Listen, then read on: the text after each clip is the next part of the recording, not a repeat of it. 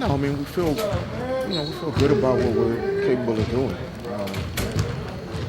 We're not going out there tomorrow expecting to win the championship, but at the same time, tomorrow is our first step towards becoming the team we want to be, and every game counts. So that's the way we'll go into it. Do you feel the team is each day, each practice, learning the system more and more that Coach Brown wants to put in? Well, we're trying to.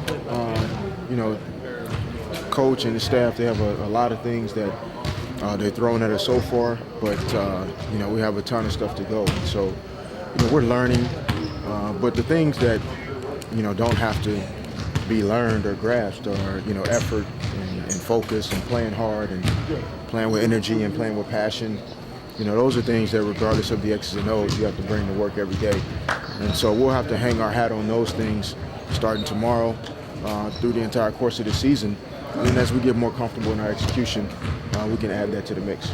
Derek, you guys have been on top for so many years at different points and everything, but with the situation, the way it's been, the sweep from Dallas, everything went on during the summer, do you feel like the Lakers are going out to prove something starting tomorrow?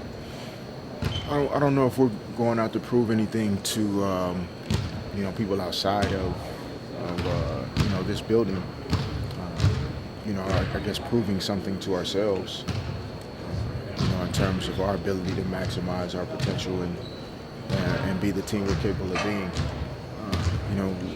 We recognize that other teams made, what would be considered key moves, key additions, adjustments, and I guess maybe have more big names than maybe what we have.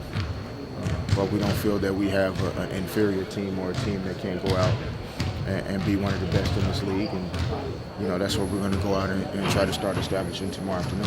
Even though all NBA teams are familiar with just the traditional grinding of a typical NBA season, the back-to-backs and the road trips, do you feel like there's almost a sense of uncertainty as far as how to navigate that 3 consecutive game swing that you guys are about to embark? I think the best way to do it, although it'll be new for probably 98% of the guys in the league now. Yeah. There are probably maybe 10 to 15 guys that were playing in 98, 99 that remember doing that at that time. But at this point, it's a day-by-day process, and it's no different than any other situation. When you have a game on the calendar, and you wake up that day, you figure out what it takes to strap the shoes on and figure out a way to compete and win. So, in some ways for us, we're fortunate it's the first 3 days as opposed to the last 3 days of a season. So maybe, that early season energy will get us through. But it all starts tomorrow, and we'll worry about Monday and Tuesday when they come. Do you have any vivid memories of '99 and how? I mean, you were a young buck, obviously, then.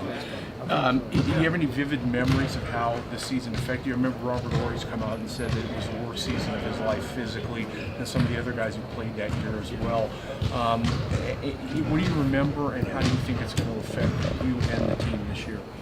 Well, it was a different year, obviously. Only playing 50 games and starting in February, and it made trying to train in the off season very challenging in terms of how hard to go, when to back off so that you don't wear yourself out before the season starts. And the biggest thing that jumps out for me that year is just the way we finished the season.